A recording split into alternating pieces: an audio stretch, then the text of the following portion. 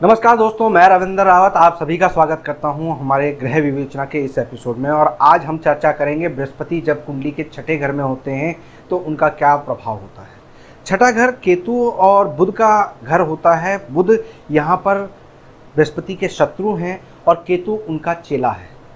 अब यहाँ पर बृहस्पति जब आएंगे तो अपना क्या प्रभाव देंगे, ये सारी चर्चा हम आज यहाँ पर करेंगे। लेकिन उससे पहले मैं आपको याद दिला दूं, अगर आपने अभी तक हमारे चैनल को सब्सक्राइब नहीं किया है तो प्लीज़ पहले उसे सब्सक्राइब करें और बेल बटन को ज़रूर दबा दें। साथ ही ये भी ध्यान रखें कि आपकी नोटिफिकेशन ऑन हो, उसकी नोटिफिकेशन आपको नहीं मिल रही है तो आप अपने बेल बटन को ज़रूर चेक करें, वो बेल बटन आपने ऑन की है कि नहीं की है। तो दोस्तों शुरू करते हैं। दोस्तों छठा घर पाताल का बोला गया है। छठे घर से हम रोग, ऋण, शत्रु इन सबको देखते हैं।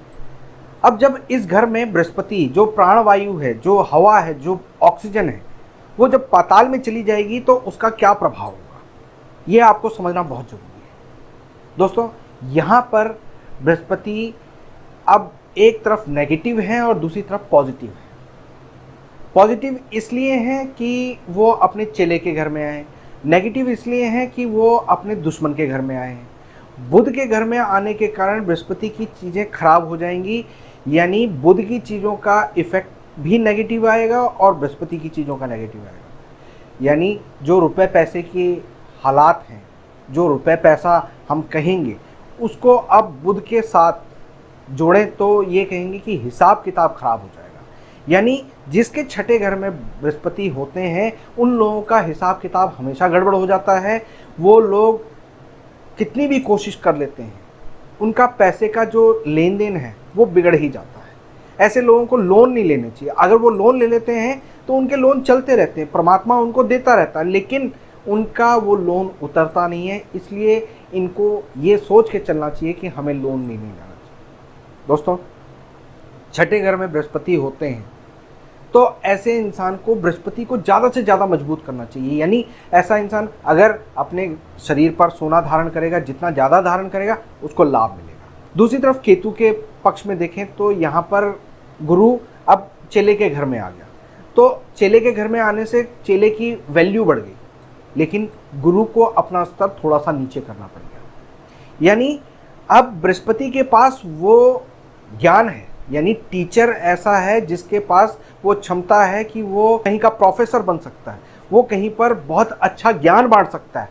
लेकिन क्योंकि यहाँ पर वो निचले स्तर पे आया है, यानी अपने चेले के घर में गया है, तो ऐसे इंसान का जो फेम मिलना चाहिए वो अब पाताल में चला गया। यानी चेले के घर में आने के कारण गुरु की जो अपना दायरा है वो सीमित हो गया। जिसके बृहस्पति यहाँ पर होते हैं, अब वो केतु के घर में आने के कारण केतु की मेहमान नवाजी होगी उसके साथ। यानी केतु यानी जो भिखारी है, जो भिक्षा मांगकर चलता है, तो उस भिक्षा का भोजन उसको अब बृहस्पति को करना पड़ेगा। यानी ऐसे इंसान को बोला गया है, जो लाल किताब में लाइन है कि मुफ्तखोर साधु, यानी बिना कुछ करे ही उसके काम बन जाते हैं। जैसे फ़कीर के बन जाते हैं, फ़कीर को सिर्फ फ़कीर चलता जाए, लोग उसको देना शुरू कर देते हैं, तो इस तरह के हालात हो जाते हैं। गुरु को भी फ़कीरी की हालत जीनी पड़ती है। ऐसा इंसान को ये बोला गया है कि ये एक मास्टर है, जिसके पास नॉलेज बहुत अच्छी है, जिसके पास ज्ञान बहुत अच्छा है, वो अपनी नॉलेज से लोगों का कल्याण कर सकता है। लेकिन सरकार ने उस टीचर को ऐसे गांव देहात में भेज दिया है जहां पर उसकी सैलरी भी टाइम पर नहीं पहुंच पा रही, जहां पर उसको फैसिलिटीज़ नहीं मिल पा रही हैं कि वो बच्चों को प्रॉपर ज्ञान दे सके। वहां पर बच्चे स्कूल में प्रॉपर ढंग से आ ही नहीं रहे। तो ये सिचुएशन इस बृहस्पति वाले के साथ होती है कि इसके काम बन जाते हैं, लेकिन एक सही से अरेंजमेंट, एक सही से हर चीज़ जो एक तरीके से चीज़ मिलनी चाहिए वो नहीं मिल पाती। काम तो हो जाएगा, किसी का पैसा लौटाना है लौटा दिया जाएगा, लेकिन पहले उसके लिए टेंशन क्रिएट होगी। यहाँ पर लाल किताब ये भी कहती है कि मुफ्तखोर साधु है, लेकिन जब भी इसकी बेड़ी कहीं पर डूबेगी तो एक तिनके के सहारे से पार निकल जाएगा। यानी ऐसे इंसान के जीवन में संताप वाला भले ही जीवन हो, यानी पहले मुसीबत सर पे पड़े, लेकिन जब सॉल्यूशन निकलेगा तो ऐसे निकलेगा कि एक चुटकी में सारा काम बन गया और एक्सपेक्टेशंस नहीं रहेंगी कि ऐसे भी सॉल्यूशन हो सकता है, मगर इनके सॉल्यूशन निकल जाएंगे। दोस्तों, यहाँ पर प्रभु की कृपा बहुत अच्छी होती है। अगर बृहस्पति यहाँ पर ठीक है तो ऐसे इंसान को दैवीय शक्तियाँ पूर्ण मदद करती हैं। ऐसे इंसान के जीवन में परमात्मा का आशीर्वाद बहुत होता है, बड़े बुजुर्गों का आशीर्वाद बहुत होता है। लेकिन दोस्तों, स्वास्थ्य की दृष्टि से देखा जाए तो ऐसे लोग थोड़े से नाजुक होते हैं, ऐसे लोगों का इम्यून सिस्टम कमज़ोर होता है, ऐसे लोग लीवर के शिकार होते हैं, डाइजेशन उनका खराब होता है। उनको अपने डाइजेशन का ध्यान रखना चाहिए, लीवर का ध्यान रखना चाहिए।